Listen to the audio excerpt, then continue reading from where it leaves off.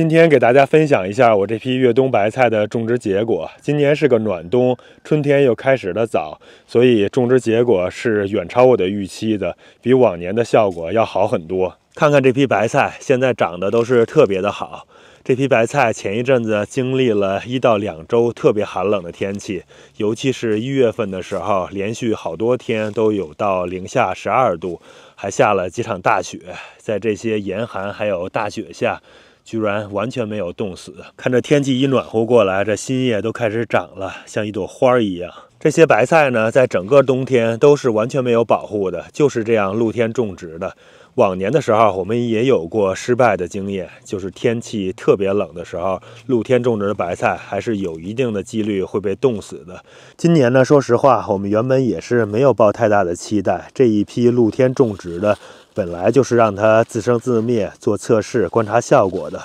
没想到现在长得都不错，看看这一个都有一点要包心儿的感觉了。但是如果要是仔细看的话呢，更多的是长成这个样子了，或者是有长成这种样子的趋势。它的一个区别就是这些叶子已经开始零散了，然后看中心的地方已经要长菜苔了。看这种小花骨朵，这边还有一些小花骨朵，旁边的这些呢，前几天丽丽已经采了一批了。看这都是掐过的痕迹，掐过之后旁边又长出了3个，看看这种小侧芽，过一阵子暖和了，这些侧芽继续长高，又会长成新的菜苔了。这种经历了长时间严寒的越冬白菜，它最终的归宿呢，就是天气一变暖和，就迅速的抽出很多的菜苔。不过，虽然种植白菜的目的我们并不是为了让它抽菜苔开花，但是实际上白菜的菜苔味道也是非常的鲜美的。白菜的这种现象呢，就是我们经常说的春化作用。春化作用一般就是指植物在经历了一定周期的严寒之后，它的生长状态会从营养生长变成生殖生长。所谓营养生长呢，就是植物生长茎叶；生殖生长是指它开始开花啊、结果。很多人在培育花卉的时候可能会对这个名词比较敏感，因为有些花卉它是需要经历一定时间的寒冷天气才能开花的，因为我们养花的目的就是为了让它开花嘛。但一般呢，种菜的人对种菜人来说呢，这个词可能并不是一个特别好的词汇吧。比如说我们培育大白菜的时候，如果我们春天想让它最后包成那种包心儿的白菜，那这个时候你就不能太早的把菜苗移栽到地里，因为太早太冷的话，那白菜还会经历一段时间的寒冷天气，还会产生春化作用，那它会早的抽苔，最后就包不了心儿了。可能稍微晚一点，不要让它经受那个严寒，那春天还是有几率能结出那种包心儿的大白菜的。当然，种植的时候品种也要选对，买种子的时候就看好要种那些适合春天种植的白菜品种。我以前种植白菜的时候，也有过不少次春天种植也能包心儿包得不错的情况，但是总体上讲呢，还是秋天的时候要更容易一些。我们家庭种植呢，往往也没有那么多的讲究，不管是种出包心儿包得比较瓷实的大白菜，还是结出了很多的菜苔，或者是没长起来还是小白菜的状态，对我们来说呢，都是很好的美味。不过需要特别记住的一点就是，如果你要想让它包心儿包得特别瓷实，变成那种可以收获的整颗大白菜，那就千万不能让它经历春化作用。这边这些被无纺布保护起来的白菜，过了下周几天比较冷的日子，我也打算把它揭开了。因为如果天气太暖和的话，这下边白菜发生春化作用、抽苔开花的速度，那要比外边的还是要快了不少。我们即便是喜欢吃菜苔，也不想让它快速的变老开花的，还是让这些菜苔能够慢一点生长，这样我们可以慢慢的吃。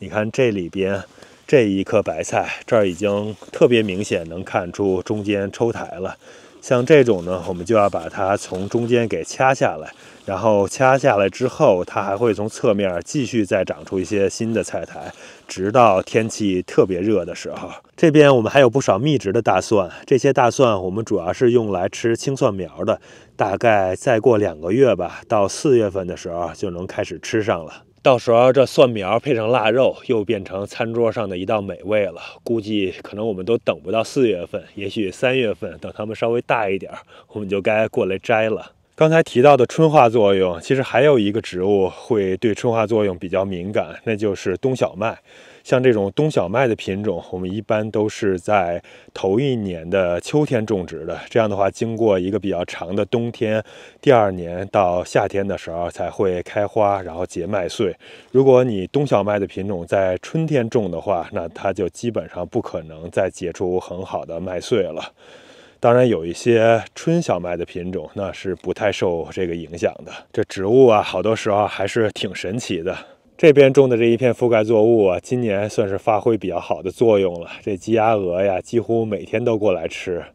幸亏我种的多一点，否则都不够它们吃了。它们好像还是对我这混合种子的覆盖作物兴趣更大一些，里边有萝卜，有羽衣甘蓝，有豌豆苗之类的。对旁边的黑麦兴趣不是很大，我看它们很少过来吃这边的黑麦。估计这混合种子的覆盖作物吃的差不多了，它们就该过来对这黑麦苗产生兴趣了。这一批覆盖作物里边，我看唯一被冻死、冻枯萎的，就是这种黄芥菜了。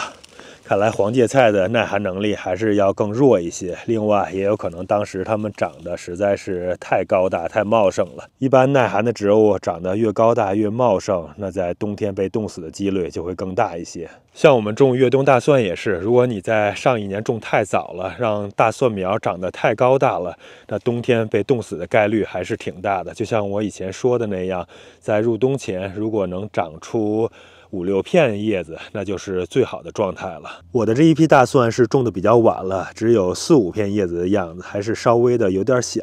不过好处呢，那就是更耐寒一些，不怕冻。今天主要就是想跟大家分享一下白菜越冬的结果，还有春化作用。大家在了解了春化作用之后，可以根据春化作用的特性选择利用或是避免它，来达到自己的种植目的。根据植物的特性，如果你要想让它尽快的开花结果，那就充分利用上春化作用；如果你不想要它开花结果的话，那就要避免它发生春化作用。另外，种了菜也喜欢吃菜苔的朋友，这个时候也可以到你的菜地里边去看一看了，看看你那些白菜、上海青、油菜，还有其他各种各样的小青菜，是不是也都已经抽出菜苔了？如果抽出来的话，那就尽早的把它们摘下来吧，这个时候是最鲜嫩的时候。